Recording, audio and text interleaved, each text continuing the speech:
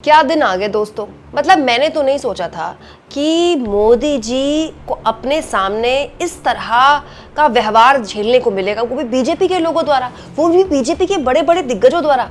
मतलब क्या दिन होते थे कि मोदी जी कमरे में एंटर करते थे तो पूरी की पूरी बीजेपी पिन ड्रॉप साइलेंस हो जाती थी। किसी की हिम्मत नहीं होती थी मोदी जी के आगे चुचपड़ करने की।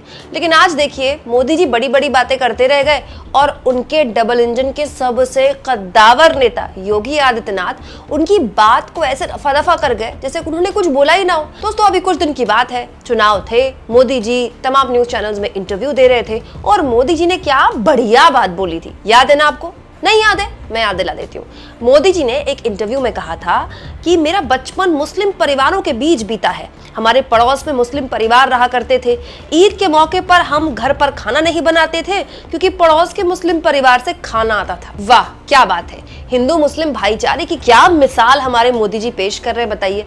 और एक तरफ योगी आदित्यनाथ है जो खुलेआम नेम प्लेट के नाम पर धर्म विशेष के खिलाफ इस तरह का अभियान चलाकर ऐसे फैसले सुना रहे हैं जो ना केवल घातक है बल्कि आर्थिक तौर पर एक पूरे के पूरे समुदाय को बॉयकॉट करने ना केवल कर रहा है बल्कि कर चुका है। दोस्तों, ऐसे कई ढाबे हैं जहां पर आज से पहले भीड़ लगा रहती थी लेकिन अब वहां मक्खी नहीं मार रही है। मतलब आप सोचिए, एक तरफ मोदी जी है जो बता रहे हैं कि ईद के दिन उनके घर में चूल्हा नहीं जलता था क्योंकि मुस्लिम परिवारों से खाना आता था, और एक तरफ योगी जी हैं जो इस बात पर बिल्कुल अडिग हैं कि कैसे भी करके मुसलमानों का, गरीब मुसलमानों के घर का चूल्हा बुझ जाए उत्तर प्रदेश में।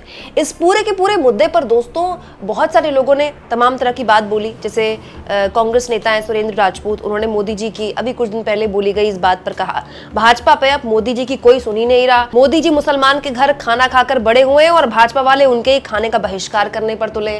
वैसे मोदी जी की कौन सुनेगा दोस्तों? मोदी जी तो खुद अपनी नहीं सुनते।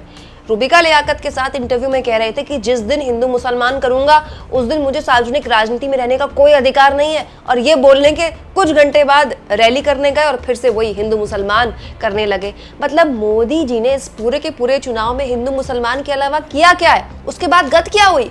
गत ये हुई कि मोदी जी बहुमत से दूर हो गए, बैसाखियों पर सरकार चला रहे। गत ये हो गई कि उत्तर प्रदेश में शर्मनाक हार हुई। गत ये हो गई कि अयोध्या तक हार गए, बनारस में बड़ी मुश्किल से जीते। लेकिन ऐसा लगता नहीं कि बीजेपी इतने तक में मानी है। बीजेपी ये ठान के बैठी है कि वो पूरी तरह से अपनी दुर्गति करा कर मानेगी। इसीलिए इस तरह के फैसले उसने लाए जिसका चौतरफा विरोध हो रहा है। खुद उसके सहयोगी, चाहे आरएलडी हो, चाहे जेडीयू हो, चाहे चिराग पासवान हो, खुलकर उसका विरोध कर रहे हैं। लेकिन फिर भी देखिए, योगी जी हैं कि ना तो मोदी जी की सुन रहे हैं ना एनडीए के सहयोगियों की सुन रहे हैं। आप इस मुद्दे पर क्या सोचते हैं दोस्तों? कमेंट बॉक्स में जरूर लिखें और जितना हो सके चैनल को शेयर करें, सब्सक्राइब करें और थैंक्स और ज्वाइन के ऑप्शन से अगर आप चाहें तो कुछ आर्थिक मदद भी चैनल की जरूर करें।